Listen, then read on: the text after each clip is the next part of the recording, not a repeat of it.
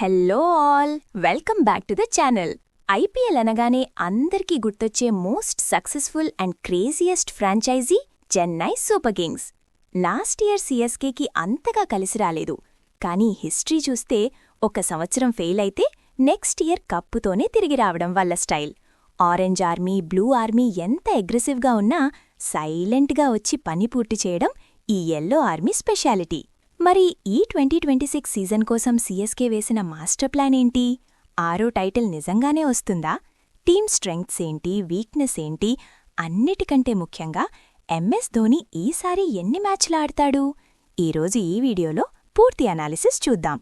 Video ఎక్కడా skip చేయకండి, చాలా ఇంట్రెస్టింగ్ పాయింట్స్ ఉన్నాయి. ఫస్ట్ మనం బ్యాటింగ్ గురించి మాట్లాడుకుందాం. ఈసారి సిఎస్కే బ్యాటింగ్ లైనప్ చూస్తుంటే అపోజిషన్ బౌలర్లకి చెమటలు పట్టడం ఖాయం. ఇండియన్ హెవీ బ్యాటింగ్ లైనప్ని చాలా పర్ఫెక్ట్గా సెట్ చేశారు. ఓపెనర్లు సంజు అండ్ ఆయుష్. ఈసారి టీంలో వచ్చిన అతిపెద్ద మార్పు సంజు శాంసన్. సంజు కీపింగ్ చేస్తూ ఓపెనింగ్కి వస్తాడు, తనకి జోడీగా ఆయుష్ మాత్రే. ఆయుష్ చాలా టాలెంటెడ్ అండ్ అగ్రెసివ్ ప్లేయర్, బాల్ని నిర్దాక్షిణ్యంగా బాదగలడు.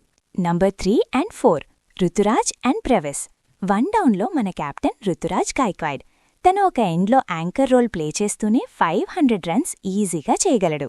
ఇక నంబర్ 4లో baby AB Dewald Brevis. Spin అయినా పేస్ అయినా ఇతని హిట్టింగ్ చాలా డేంజరస్గా ఉంటుంది. నంబర్ 5 శివం దూబే. స్పిన్నర్ల పాలిట యముడు శివం దూబే. మిడిల్ ఓవర్లలో దూబే ఇచ్చే మొమెంటం సిఎస్కేచు మెయిన్ వెపన్.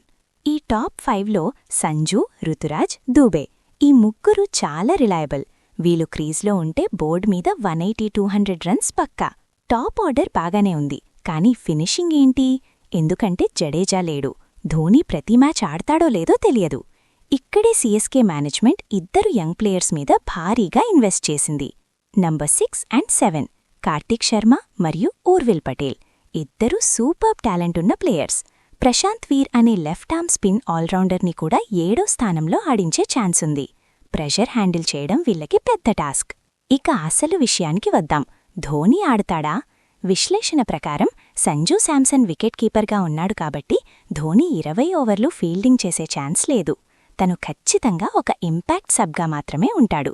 అంటే బ్యాటింగ్ ఫస్ట్ చేస్తే లాస్ట్ 3-4 ఓవర్లలో పవర్ హిట్టింగ్ కోసం వస్తాడు. లేదా చేజింగ్లో టీం కష్టాల్లో ఉన్నప్పుడు 26 బంతుల్లో 40 రన్స్ కొట్టాలి అన్న టైంలో ప్యాడ్స్ కట్టుకుని గ్రౌండ్లోకి వస్తాడు.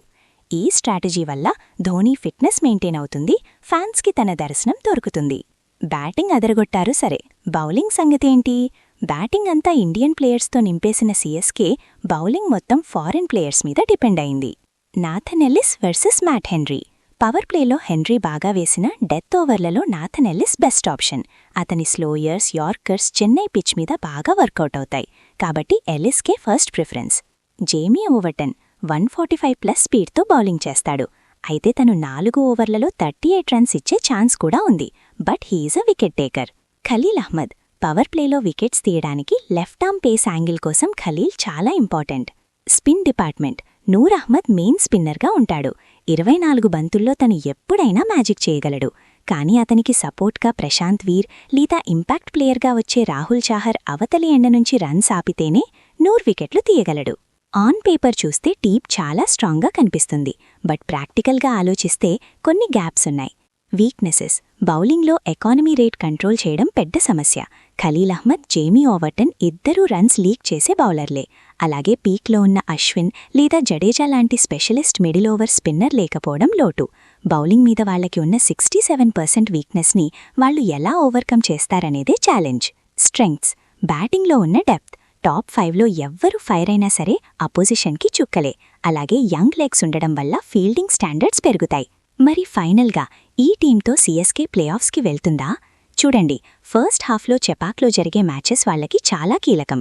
ఆ పిచ్ని వాళ్లకి అనుకూలంగా స్పిన్కి స్లోగా మార్చుకుని హోమ్ అడ్వాంటేజ్ తీసుకుంటే మొమెంటం వస్తుంది. నా ప్రెడిక్షన్ అండ్ విశ్లేషకుల అంచనా ప్రకారం సిఎస్కే ప్లేఆఫ్స్కి వెళ్లడానికి 60-65% ఛాన్సెస్ ఉన్నాయి.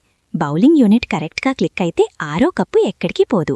ఎంఎస్ ధోని తన లాస్ట్ మాస్టర్ స్ట్రోక్తో ఈ సీజన్ని మెమరబుల్గా మారుస్తాడని ఆశిద్దాం. మరి మీరేమంటారు? ఈ స్క్వాడ్తో సీఎస్కే కప్పు కొడుతుందా? Sanju Samson keeping, Dhoni impact sub role గురించి మీ ఒపీనియన్ ఏంటో కింద కామెంట్స్లో చెప్పండి. వీడియో నచ్చితే ఒక లైక్ వేసుకోండి. ప్రతి క్రికెట్ లవర్కి షేర్ చేయండి. ఛానల్ని సబ్స్క్రైబ్ చేసుకోవడం మాత్రం మర్చిపోకండి.